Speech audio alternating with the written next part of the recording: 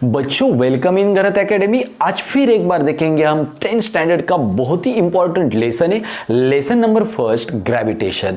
तो ये पूरा का पूरा लेसन ट्रिक से भरा हुआ है, बहुत सिंपल है, बहुत इजी है। तो हम इजी तरीके से इस पूरे के पूरे चैप्टर को समझेंगे, वो भी किसी बाइट के बिना। तो हमें बाइट नहीं करना है, पूरा का पूरा ट्रिक से समझना है। तो ये लॉ मैंने आपके सामने लिख के रखा है, तो ये बाइट करने जाएंगे तो हम भूल जाते हैं एग्जाम में। लेकिन देखो ये पूरा का पूरा लॉ हमें बाइट नहीं करना है, वो भी सिर्फ जस्ट कुछ सेकेंड के अंदर हम पूरे के पूरे लॉ को लिख सकते हैं, वो भी ट्रिक से। तो आज हम देखेंगे ये पूरे के पूरे लॉ को हमें बाइट नहीं करना है, हमें रिमेंबर करना है ट्रिक से। तो देखो मैं पहले कुछ लिखता हूं, तो देखो ये हम एफ लिखना है, तो एफ के लिए हम क्या बोलते हैं, फोर्स, और उसके बाद directly proportional m1 and m2, ये हमें ध्यान में लेना है।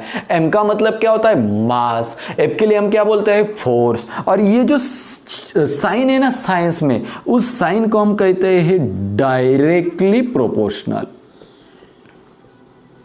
तो ये पहला हमें ध्यान में लेना, क्या लेना है इस ट्रिक में, ये बाइट नहीं करना है, ये ध्यान में लो। एफ ये साइन लिखो और m1 और m2 लिखना है। तो एफ का मतलब क्या है, फोर्स, इस साइन का मतलब क्या है, डायरेक्टली प्रोपोर्शनल, और m का मतलब क्या होता है, मास होता है। चलो आगे और एक हमें ध्यान में लेना है, 1/r²। तो देखो यहां पे ये जो इनवर्सली प्रोपोर्शनल है, इसको क्या कहेंगे हम अभी, ये 1/ न्यूमरेटर और डिनोमिनेटर है, मतलब इनवर्सली प्रोपोर्शनल, इनवर्सली प्रोपोर्शनल। तो देखो यही हमारी ट्रिक है, हमें इससे ही पूरे के पूरे लॉ को रिमेंबर करना है। तो चलो अभी हम स्टार्ट करेंगे किस तरह से रिमेंबर करें। Every object in the universe, universe में जो भी ऑब्जेक्ट है, अट्रैक्ट एवरी अदर ऑब्जेक्ट, वो दूसरे ऑब्जेक्ट को अपनी तरफ अट्रैक्ट करती है विद डेफिनेट फोर्स। तो चलो हम फोर्स से स्टार्ट करते हैं। ये इसका सेंटेंस मुझे लिखना है, every object in the universe, universe की हर एक चीज, हर एक ऑब्जेक्ट क्या करती है, अट्रैक्ट एवरी अदर ऑब्जेक्ट, दूसरे ऑब्जेक्ट को अपने तरफ अट्रैक्ट करते हैं, लेकिन किस तरह से, विद डेफिनेट फोर्स। तो चलो अभी हम हमारे ट्रिक का इस्तेमाल करेंगे, लेकिन वो फोर्स कैसे है, देखो दिस फोर्स, इस साइन को क्या लिखते हैं बच्चों, is directly proportional to the, ये दोनों में गुना है, मल्टीप्लीकेशन है। Directly proportional to the, multiplication के लिए, गुना के लिए और एक इंग्लिश वर्ड है, उसको हम कहते हैं product. Is directly proportional to the product of, किनका प्रोडक्ट है, m का मतलब क्या है, the masses of two object, ये दो ऑब्जेक्ट के मासेस का डायरेक्टली प्रोपोर्शनली। इससे हमें ध्यान में लेना है, क्या ध्यान में लेना है, एफ इज, एफ का मतलब फोर्स इज, इसको क्या कहते हैं, डायरेक्टली प्रोपोर्शनल, ये दोनों में गुना है, इसके लिए हम क्या लिखेंगे, प्रोडक्ट ऑफ, किसका प्रोडक्ट है, m1 और m2, मतलब मासेस ऑफ टू ऑब्जेक्ट। अभी हम नीचे आएंगे, and inversely proportional to the, अभी इनवर्सली 1/r², आर का मतलब उनकी रेडियस है, उन दोनों में जो मासेस है ना, उन दोनों में दो ऑब्जेक्ट है, उनका डिस्टेंस है। तो देखो directly proportional, inversely proportional to the, ये स्क्वायर है, स्क्वायर किसका है, डिस्टेंस बिटवीन देम, उन दोनों में जो डिस्टेंस है उसका स्क्वायर है। तो हमें इसी ट्रिक से पूरे के पूरे लॉ को रिमेंबर करना है। फिर एक बार देखेंगे, every object in the universe, universe में जो भी ऑब्जेक्ट्स होते हैं, अट्रैक्ट एवरी अदर ऑब्जेक्ट, जो भी दूसरे ऑब्जेक्ट होते हैं उनको अपनी तरफ अट्रैक्ट करते हैं, लेकिन किस तरह से, विद अ डेफिनेट फोर्स, इस फोर्स से अट्रैक्ट करते हैं। अभी हम लिखेंगे दिस फोर्स, इस साइन को क्या कहते हैं, डायरेक्टली प्रोपोर्शनल, किससे, इसमें गुना है, तो प्रोडक्ट ऑफ, किसके प्रोडक्ट, m मतलब क्या होता है, मासेस ऑफ कितने ऑब्जेक्ट, टू ऑब्जेक्ट के मासेस है। एंड फिर एक बार यहां पे आओ, एंड इनवर्सली, इसको क्या कहते हैं हम, इनवर्सली प्रोपोर्शनल टू दो, ये स्क्वायर ऑफ, किसका स्क्वायर है, आर का मतलब डिस्टेंस बिटवीन देम, उन दोनों में जो डिस्टेंस है, रेडियस है, उसका स्क्वायर होता है। तो देखो ये दोनों से ही हम पूरे के पूरे लॉ को रिमेंबर करते हैं, बाइट की जरूरत नहीं।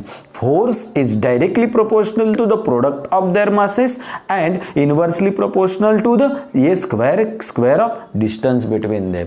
तो देखो बच्चों बाइट नहीं करना, ये सिर्फ रिमेंबर करो और इससे इस पूरे के पूरे लॉ को हमें लिखना है। तो पहले तो आपको पढ़ना है every object in the universe क्या करती है, अट्रैक्ट करती है, किसको अट्रैक्ट करती है, अदर ऑब्जेक्ट को, लेकिन कैसे, विद अ डेफिनेट फोर्स। ये फोर्स कैसा है, फोर्स इज डायरेक्टली प्रोपोर्शनल, इसको तो हम डायरेक्टली प्रोपोर्शनल कहते हैं, किससे, product of masses of two objects, and इसको क्या कहते हैं, इनवर्सली प्रोपोर्शनल टू द, ये क्या है, square of distance between them. बहुत सिंपल है, आपको सिर्फ ये रिमेंबर करो और इसके जरिए हम पूरे के पूरे ये पूरी की पूरी लॉ को बाइट नहीं करेंगे, समझेंगे और लिखेंगे। तो अभी हम डायग्राम से पढ़ेंगे। ये डायग्राम मैंने आपके सामने लिख के रखी, तो लिखो अभी, लेट m1 एंड m2, तो m लेटर क्या रिप्रेजेंट करता है, ये मास को रिप्रेजेंट करता है। Late m1 and m2 be the, क्या है बच्चों, मासेस ऑफ, कितने ऑब्जेक्ट है, ये पहला और ये दूसरा, मासेस ऑफ टू ऑब्जेक्ट्स, ये दो ऑब्जेक्ट के मासेस है। अभी देखो दूसरा लेटर कौन सा है, डी। The distance between